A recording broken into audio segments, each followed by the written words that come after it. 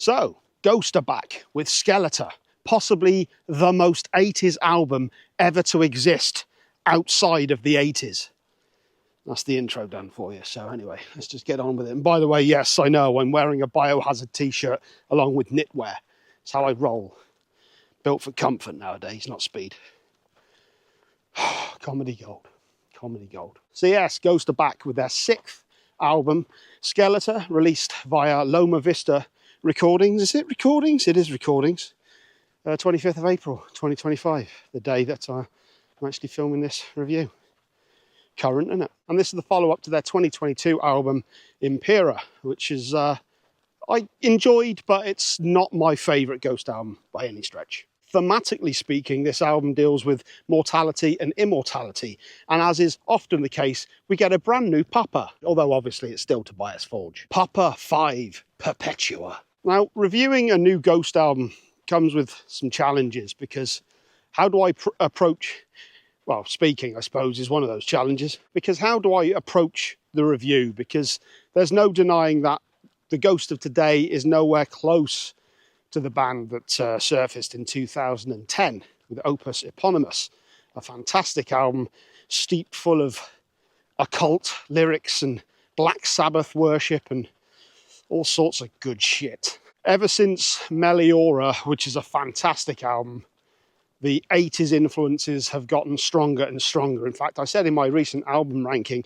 which you should probably go and watch if you haven't already, that after Meliora, or should I say from Meliora included, onwards, the 80s, I just said this, the 80s influences got stronger. Let's just get into some of the songs now. I've also used a recent interview that Tobias did with, I can't remember who it was actually, but it was a track-by-track guide to the album. So I've got some of the his thoughts on each song as we go through. I just thought, you know, it'd be nice to actually have some info from the man himself. So the opening track, Peacefield, Tobias had this to say: because the record is going to slalom, there's that speech thing again. Because the record is going to slalom into darker subjects, I wanted to set a tone of hope in the beginning. I wanted to add a hand to the listener. It will all be fine, but we're going to go sideways now and go on a little trip. I have to say that I was not a huge fan of this one initially. I really didn't like it at all. But I've listened to it fuck knows how many times since it came out. I mean, it's only come out on Wednesday at this point, but I've listened to it a ridiculous amount at this stage, and this is a pretty damn cool song. See, words. It really does get better with every listen. However, something that a lot of people have pointed out, quite rightly, is its similarity to Journey's Separate Ways, Worlds Apart. Not only that, I also get a few Poison vibes from Alice Cooper, which fucking rocked. Now, when it comes to Ghost, the first 3 albums are definitely the ones that I think of, and that's the Ghost that I'd like to have more of. But there's no denying I am a real sucker for 80s infused choruses. And if there's one thing that Tobias is incredibly good at, it's creating these incredibly hooky choruses. So I like this incredibly hooky chorus. Next up is Lachryma, and this was the 2nd single, and this song is a beast. I absolutely love this song. The chorus on this one is just so damn catchy. You know, this is just one of those ones that, when did it come out now? It was about a week ago, maybe 2 weeks. I'm not sure since it ever come out anyway. I've just been listening to it so damn much, and this is one of those ones, even when I'm not listening to it, I'm just, you know, it's going around in my head. So damn catchy. Apparently, Lachryma is the Latin word for tear, and is used in various contexts, including music and literature, to evoke feelings of sorrow, sadness, or vulnerability. And according to Tobias, this is a song about self-deceit, which kind of makes sense when you think of the chorus, I'm done crying over someone like you. Is that somebody who's really over someone, or is that someone who's just trying to fool themselves that they're over it when they're not? Hence self-deceit. I was going to say self-defeat then. Oh, this words thing is really becoming a theme, isn't it? On the first listen, I remember hearing the opening keyboards and being a bit worried. It's like, oh, where's this going? But then we get a really more traditional Ghost riff. It sounds like a sped-up version of Cerise or Absolution, so a very Meliora feel to it. But yeah, like I've already stated, this one is just a banger. The chorus is just so damn good. This is... I will say right now that this album is a bit... I really enjoy the first half. The second half I've got a few more issues with, but when I heard this song and the next song, I was just really so psyched for this album. It's a great track anyway. I'm getting ahead of myself. Definite nods to the 80s and Def Leppard especially, which will we've had quite a bit of that actually over the last couple of Ghost albums. Great track. Now we get to track number 3, which was actually the first single, and that is Satanized. There was real Opeth vibes on the intro to this one. I think it's like a 6/8 time signature, gives it this real kind of off-kilter but stomping kind of a pace to it, you know.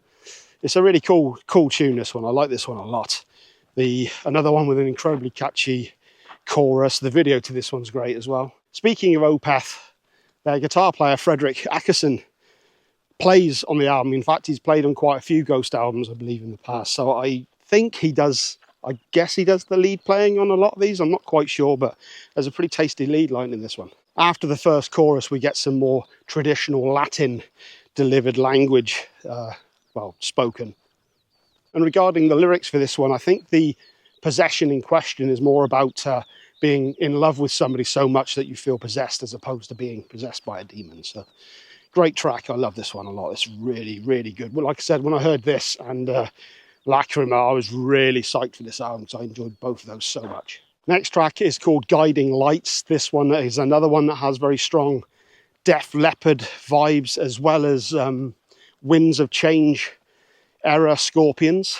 Not one that grabbed me initially, but there's no denying that after a couple of listens, this one really, really got itself hooked into my brain box and is very, very sing-alongable. Anybody who is judging this band now at this point on the first 3 albums, or especially if you're judging them on the first album, I doubt very much you're going to like this, but I have no doubt that this one is going to go down a storm live. It is kind of crazy because the aforementioned album ranking, which many of you probably haven't watched, is it was kind of I'm not sure I should have done it before doing this review, to be honest, because going back to those first couple of albums, man, they were special. You know what I mean? They really were special albums, especially Meliora.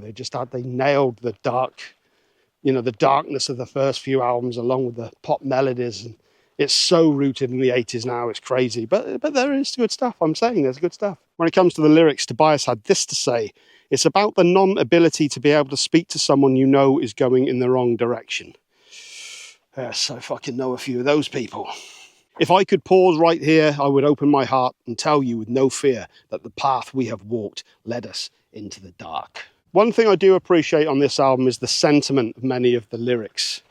We'll get into that a bit later on, but yeah, there's a lot of the lyrics that really, he really does. It really seems to be a lot of them really seems to be about dealing with the fact that, you know, you're alive and well now. No matter what you're going through, this is kind of where we are and where we're at. So, you know, try to do the best of it that you can. And yeah, there's a lot of lyrics on this album that I really dig. Next up, we have De Profundis Borealis, and this one starts out with a haunting piano line before going into a more Iron Maiden-esque direction. And yeah, we get some nice dual guitar harmony, fucking hell, dual guitar harmony lines. Oh, I suck. I'm tired. I've worked hard this week, plus I put 4 videos together as well. All at the time as having a fucking full-time job and all the other shit that life has. There's me going on about appreciating life. This is much more aggressive than the previous track, but it's still very much rooted in more traditional 80s metal of the softer variety. More hard rock, I suppose. It's not metal, I suppose. It's hard rock more, though there is a metal tinge. Enjoyable enough song, and yeah, Tobias had this to say: Oscar Wilde wrote a letter called De Profundis. That means from the abyss. Borealis means northern. So for all you black metal fans, it's one of the most immortal-esque titles because it means from the northern abyss. There you go. So it may not sound like extreme metal, but my gosh. Run out of words. If it ain't written down, it ain't getting said. Next up, we got a couple of songs that I'm not so keen on. Cenotaph is up next. An interesting song that starts out with a hi-hat and some 80s inspired keyboard. I think we can just go ahead and assume that everything's 80s inspired at this point. Before a nice palm muted chugger of a riff joins in, there was a real status quo vibe with this one. I can't say I'm a huge status quo fan. I mean, I've got nothing against them, but it's not something that I go out of my way to listen to either. This was another one that had a nice little solo in it, and even had a musical theatre ending. You'll understand when you hear it. Tobias had this: a cenotaph is a stone structure posing as a grave but does not actually have a body inside. I thought that served as nice symbolism for the idea that someone dying isn't necessarily embodied by this buried physical entity inside a grave, but is a part of our consciousness. So yeah, once again, that kind of idea of, I think that one of the interviews I saw with him as well, he was talking about the idea of immortality. So even, we all die, but some people carry on, I guess. I think he was saying something along the lines of, if you had a statue made of you, for example, or, you go down in history, then as long as you're, isn't there that saying that you die twice, once physically, and then the second time is when your name is spoken for the last time? I completely butchered that probably, but it makes sense. Yeah, I'm not really a huge fan of this one, which is a bit surprising really, because I could almost see Devin Townsend doing something kind of similar to this song. I'm a huge fan of him, but yeah, this one didn't really do much for me. Next up, we have Missilia Amori, if that's how you pronounce it. This one is an out-and-out ode to Kiss. This is the most 80s song on the album. I mean, it's really... Tobias is one of those people who's actually very clever with his lyrics. He often has multiple meanings for how they can be taken. He has the most obvious literal meaning of it, but there's often a lot more going on, in credit to him. And this one, however, is difficult not to take literally. It's love rockets shot right in between your eyes. Love rockets, excite me with your demise. See, a part of me doesn't like that one, but as I'm reading out those lyrics and I'm actually remembering the song in my head, it's actually kind of a fun one. It is. It's so undeniably 80s glam rock. I did find earlier this afternoon, actually, as I was listening to it for the God knows how much time, that it is a catchy fucking tune. It is a catchy tune. I can't deny that. I don't want to like. This is one of those songs I don't want to like. Maybe that's my problem with the whole album. Maybe I don't want to like it. Maybe there's that purist in me that's like, no, I can't like this. But I kind of, the more I think about it, I kind of do. It's actually all right. Love Rocket. A song I do like very much, however, is the next track, Marks of the Evil One. What do I have to say about this? This is a great track. See, these are the sort of notes that make these videos so much easier for me to do. This one's a little heavier, and yet again, we got an incredibly enjoyable chorus. Another one that I could see going down a storm live. I think there's probably a lot on this album that's going to really do well in a live setting, I can imagine. And Tobias had this to say: I think it's more interesting focus on who the marks are. Lyrically, it's a very dummified interpretation of biblical writing, sort of simplified as something cool. I've not studied the lyrics enough on this one to actually know what he's on about there, but I'm sure it means something. There's a belch. Class. That's what you get from these reviews, people. Class. Next up, we get to Umbra, or Umbra, I'm not sure.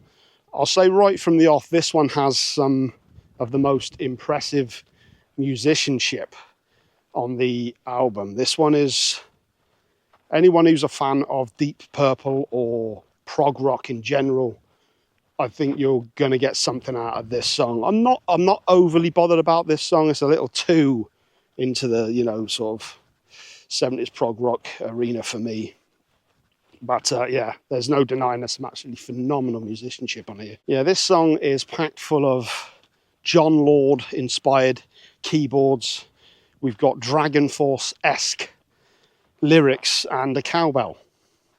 So, really on paper I should like it, but it doesn't do much for me, unfortunately. As I said, though, there's some amazing musicianship. Around the 3-minute 30 mark, we get a great solo followed by this really cool tremolo-picked line before we go into the back half of the song, and then we get all sorts of crazy lead playing and the aforementioned John Lord esque keyboards.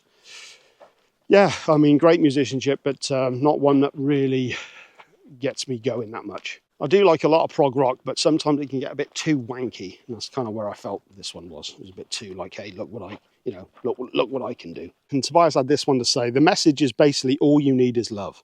I felt there needed to be one coital song on the record because at the end of the day, that's one of the main driving forces that we all have. Not on my age, mate. Love Rocket. See, I can't get it out of my head now. And then we have the closing track of the album, is it Excelsis? Excelsis, yes, I believe it is. This one very much follows a similar template to other album closers, particularly stuff like Life Eternal from Prequel and Respite on the Spitalfields from Impera. Though I have to admit that this one I found a little more boring. I wasn't such a fan of this one. Life Eternal I thought was a great closer. Spitalfields not so much. And this one, again, this one doesn't really do much for me. However, the sentiment of this song I do very much applaud. I think it's fucking great. Let me just read this out. The overall messaging, even though it's very death heavy, is simply that if you are listening to this, you are alive and you should live life as effectively as possible because death is inevitable. And here's some of the lyrics. Come with me to the rainbow's end. Come with me to the Holy Land. Yeah, I love that. I just love that kind of sentiment there, It's difficult to remember stuff like that sometimes, you know what I mean? Because life can really be a bitch. But, we're all still here and we're all on this rock. Am I right, guys? Bet you didn't expect such an eloquent pep talk on a Friday night, did you? In terms of a score for this album, I'm thinking a 6.5 out of 10. And that's based purely on the fact that we have 10 songs. 6 of them I think are really strong. And the Love Rocket one, I've got to admit, is teasing its way into my holes. As I said at the beginning of this review, Ghost are a really tough one to review at the moment because they're not the same band that they were. So if you approach it from the perspective of expecting what you got from those first couple of albums, then it's just not going to happen. I mean, they're firmly rooted in the 80s now. This is about the most 80s out. I think I already did that joke at the beginning. But having said that, there's undeniably catchy choruses on this sumbitch. And as an old bastard who grew up in the 80s and is a real sucker for those huge 80s choruses, there is a lot on here that I did still enjoy. So I think 6.5 is a fair score for me personally. I'm sure there are a lot of people who give this a 10 out of 10, give it their album of the year. And good on you. If you enjoy it that much, then yeah, damn good. Well done. Yeah, 6.5 makes sense to me. Maybe it should be 7. Do you know what? I'm going to give it a 7. Yeah, we'll say that.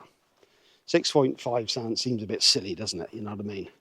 6 solid songs, and there's a lot of good stuff even on the songs that I'm not too big a fan of as well. So we'll give it a 7. We're going to step it up to a 7. Why not? Let's go there. I did it. Do I prefer the older material? Yes, absolutely. Do I enjoy some of the new material? Yes, I do. And there you go. I mean, I've said that. So there's no denying that. You don't get reviews like this anywhere else, do you? You really don't. The lack of care, the complete lack of effort is just stunning on my part, really. I do wonder why I've got nowhere in life. But still, we're here. That's the point of the album, isn't it? Really, to appreciate that. And then I step out into a view like that. It's all right, innit? Yeah, let me know your thoughts in the comment section. Like I said, I've got an album ranking of all the albums building up to this one. And where would I put it in the album ranking, having thought that? I'd probably put it next to Impera, wherever I put Impera. I think it was in C tier, D tier, E, B. Might have been in B. Well, I'll have a look at the thing when I get back, and that's where this one goes. So it's about, I'll put it kind of at level with Impera, really, to be honest with you. Yeah, let me know your thoughts in the comments. And See, I've got to do this. I've got to do this awkward, you know, fade out thing that a lot of people are starting to enjoy now. I've got a machine head review to do next. I've got to get filming again, so I'm really running out of time and light and life.